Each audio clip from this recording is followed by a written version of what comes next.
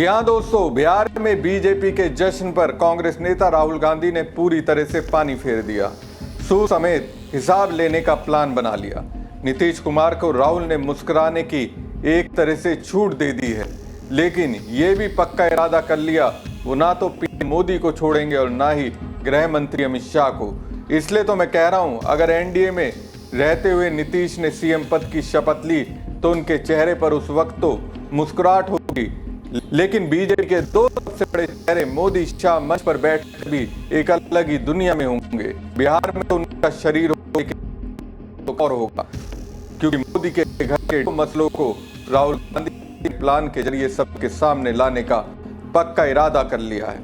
जी हाँ, पक्का इरादा कर लिया है। घर के लोगों को भी राहुल गांधी बताएंगे वास्तव में मोदी शाह अपने घर के लोगों का कितना ख्याल रखते हैं या फिर सिर्फ उनका पूरा फोकस खुद पर है। नमस्कार दोस्तों, मैं हूं परवीन साहनी। दोस्तों, राहुल गांधी का इस बार मोदी शाह की राजनीति को लेकर क्या प्लान है, जिसकी भनक मोदी को तो हो चुकी है, लेकिन वो इस वक्त चाहकर भी कुछ कर नहीं पा रहे हैं। अब राहुल के प्लान को रोकने का फुल प्रूफ प्लान बनाते उससे पहले बिहार में नीतीश कुमार बागी तेवर अपनाए हुए हैं। एक तरह से कहिए, इस बार नीतीश बीजेपी के मुताबिक नहीं बल्कि अपने मुताबिक अपनी शर्तों पर उन्हें समझौता करने के लिए मजबूर कर रहे हैं। हालांकि दोस्तों, आप देख भी रहे होंगे नीतीश कुमार को बीजेपी की ओर से झुकने के लिए तमाम तरीके के टोटके अपनाए जा रहे हैं। यहाँ तक कि उनकी पार्टी जेडीयू के अस्तित्व को भी खत्म करने का प्रयास किया गया। उनकी छवि को चोट पहुँचाने के लिए अलग अलग प्रयोग किए गए, लेकिन नीतीश झुकने के लिए तैयार नहीं है, क्योंकि चुनावी परिणाम आने के बाद नीतीश कुमार के पास एक दूसरा विकल्प भी है। दूसरे विकल्प के तौर पर महागठबंधन है।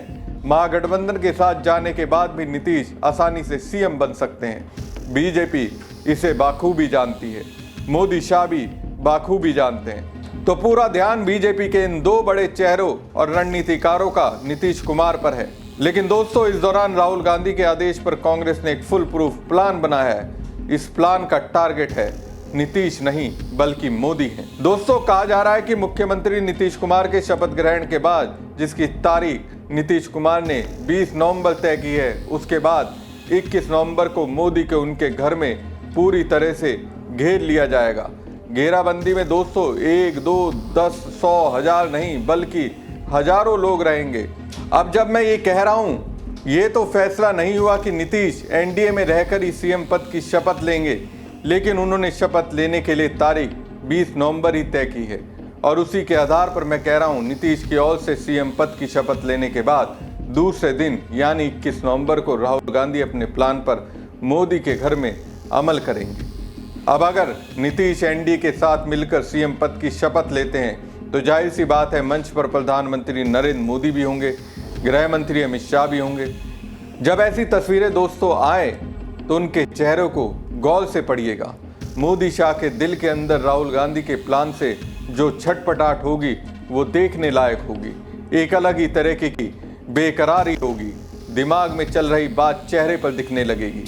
करें तो अब क्या करें, ये शब्द गूंजने लगेंगे। मोदी शाह तो सीएम पद के शपथ ग्रहण समारोह से छुटकारा पाकर अपने घर के मसलों को सुलझाने की कोशिश में बेकरार दिख रहे होंगे। राहुल गांधी किसी भी तरह से मोदी के घर की वो समस्या उस रात से पर्दा उठाएंगे जो अब तक कुछ हद तक छिपी हुई थी। छिपी इसलिए थी क्योंकि सूचना के सारे तंत्र पर तो बीजेपी ने कब्जा कर लिया है। जिन न्यूज़ चैनलों की ओर से सच्चाई आनी चाहिए वो इस वक्त बीजेपी की गोदी में बैठकर राहुल गांधी समेत विपक्षी नेताओं के खिलाफ आग उगल रहे हैं। साहब के लिए तो गोदी एंकरों की जुमा से फूल झड़ते हैं। वो सब तो अभी बिहार चुनाव में जीत का पूरा क्रेडिट प्रधानमंत्री नरेंद्र मोदी को दे रहे हैं। वैसे कायदे से उन्हें इसका क्रेडिट मुख्य चुनाव आयुक्त ज्ञानेश कुमार को देना चाहिए। उन्हीं के शानदार परफॉर्मेंस से बिहार में एनडीए जीता है। बीजेपी का स्ट्राइक रेट बढ़ा है। ज्ञानेश नहीं होते तो फिर बिहार में इस तरह कमल खिलता ही नहीं। तो दोस्तों, अगर 20 नवंबर को नीतीश कुमार शपथ लेते हैं तो ठीक उसके अगले दिन 21 नवंबर को गुजरात में जो मोदी शाह का गृह राज्य है, कहिए घर है, वहां कांग्रेस राज्यव्यापी जन आक्रोश यात्रा करेगी। ये यात्रा किसानों, छात्रों, युवाओं, महिलाओं, छोटे व्यापारियों और हाशिए पर पड़े समुदायों के मुद्दों को उठाने के लिए है। उत्तरी गुजरात के धीमा से शुरू होने वाली जन आक्रोश यात्रा अपने पहले चरण में 7 जिलों, 40 तालुकाओं और 12 शहरों से होकर गुजरेगी। पहले चरण में 1100 किलोमीटर की यात्रा तय करेगी और 3 दिसंबर को मेहसाणा जिले के बेचाराजी मंदिर में समाप्त होगी। दोस्तों, कांग्रेस का सीधा आरोप है पिछले 3 दशकों से गुजरात में भाजपा का शासन लोगों को गुलाम बनाने और उनका शोषण करने के समान है। गुजरात में भय, भूख और भ्रष्टाचार का माहौल बन गया है, जहां सरकार की जगह नौकरशाही का राज है और लोगों के संवैधानिक अधिकार छीने जा रहे हैं। सोचिए दोस्तों, बिहार के लोगों के सामने पीएम मोदी ने बड़े बड़े दावे किए थे जो पिछले 11 साल में उन्होंने नहीं पूरे किए, वो अब कर देंगे। जमीन से आसमान तक पहुंचा देंगे, विकास की बयान ला देंगे। मोदी के उस गृह राज्य गुजरात में किसान कर्ज के जाल में फंसकर खुदकुशी कर रहे हैं। बीजेपी की किसान विरोधी नीतियों के कारण गुजरात के किसान 56,000 रुपए के कर्ज में डूब गए हैं, जिसके कारण कई किसान आत्महत्या कर चुके हैं। कांग्रेस का कहना है कि गुजरात सरकार राहत पैकेज के नाम पर किसानों को 56,000 रुपए के नुकसान के बदले केवल 3500 रुपए दे रही है। ये दोस्तों अपने आप में एक बड़ा मजाक है।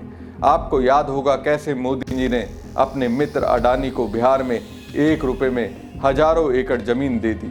न जाने कितने उद्योगपति अरबों खरबों के कर्ज को डकार गए और देश से फरार होकर विदेश में मौज काट रहे हैं। विजय माल्या, नीरव मोदी, ललित मोदी, ऐसे कई नाम जिन्होंने भारतीय बैंकों को लूटने का काम किया, लेकिन वो अब तक सलाखों के पीछे नहीं पहुंचे। यही नहीं दोस्तों, गुजरात में पूरी तरह से शिक्षा का निजीकरण कर दिया गया है। इस वजह से गरीब परिवारों के लिए शिक्षा पाना मुश्किल हो गया है, जबकि राज्य में कानून व्यवस्था बिगड़ गई है। इन सभी मुद्दों को उजागर करने के लिए मोदी शाह की गुजरात सरकार को बेनकाब करने के लिए 1100 किलोमीटर तक की यात्रा निकालेंगे, जो 3 दिसंबर को खत्म होगी। कहा जा रहा है कांग्रेस सरकार के खिलाफ ऐसी यात्रा 2027 तक निकालते रहेंगे। दोस्तों, आपको याद होगा राहुल गांधी ने पीएम मोदी और गृह मंत्री अमित शाह से नजरें मिलाते हुए कहा था, इस बार हम आपकी बीजेपी को गुजरात से हराने वाले हैं। तो शुरुआत कांग्रेस की हॉल से हो चुकी है। चुनावी समय से बहुत पहले कांग्रेस ने बीजेपी को घेरने का प्लान बना लिया है और इन पद यात्राओं के जरिए वो गुजरातियों के सामने देश के प्रधानमंत्री मोदी, देश के गृह मंत्री अमित शाह जो गुजरात से ही हैं, उनकी राजनीति को बेनकाब करेंगे।